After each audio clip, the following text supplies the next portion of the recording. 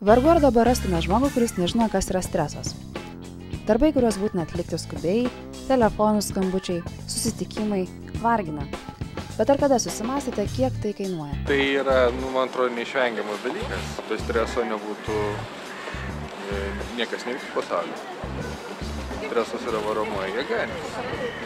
Reiškia, sėdėtų visi ramus, nieko nedarytų, nieko neveiktų. Very stressed at the moment. Šią akimirką esu labai stresuotas. Šiuo metu turėčiau būti Estijoje, o ne Lietuvoje. Aš praradau savo pasą, jau turėjau užsikraustyti iš viešbučio ir rytoj ryte planavau skristi namo iš Estijos. Taigi dabar tikrai patiriu stresą ir norėčiau bokalo alaus. Vertėja dirbantį Rada myli savo darbą. Tačiau pastebi, kad kartais stresinių situacijų išvengti nepavyksta. Atsipalaiduoti jį turi savų būdų. Tiesiog pabūnu vieną minutę, pakvėpuoju. Labai nesinori stresą perduoti klientai, nes ir patys klientai yra labai stresuoti, jie ateina su savo problemom. Kirpėjo darbo valandos nėra nustatytos, be to tenka dirbti ir savaitgaliais ar švenčių dienomis. Nuolat keičiasi klientų srautai. Laikas pietums taip pat nėra fiksuotas. Stresas arba stresą mes išgyvename tada, kai bet kokį įvykį įvertinam kaip galima grėsmę arba pavojų ir organizmas automatiškai tai reaguoja.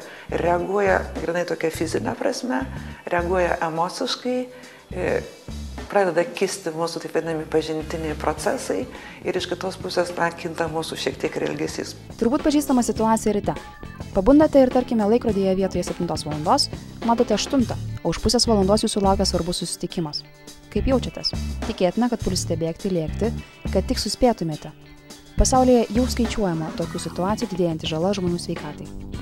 Stresas turi kainą. Jeigu šnekėt apie asmeninės pasekmes, tai ta kaina gali būti sveikata arba kitaip sakant ligos.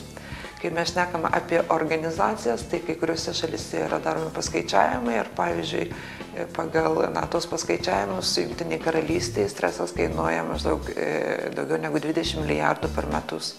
Kai mes šnekame apie kiekvieną atskirą organizaciją, tai iš tikrųjų yra netgi tam tikros tokios formulės, kurios leidžia liktai pasiskaičiuoti, kiek organizacija patiria nuostolių dėl galimai darbuotojų patiriamo streso. Egzistuoja ir gerasis stresas. Jei jūsų darbas monotoniškas, o streso patirti nedaug, tai jam išpuolus tikėtina lengvai susikoncentruosite ir užduotį atliksite puikiai. Mokykitės valdyti stresą.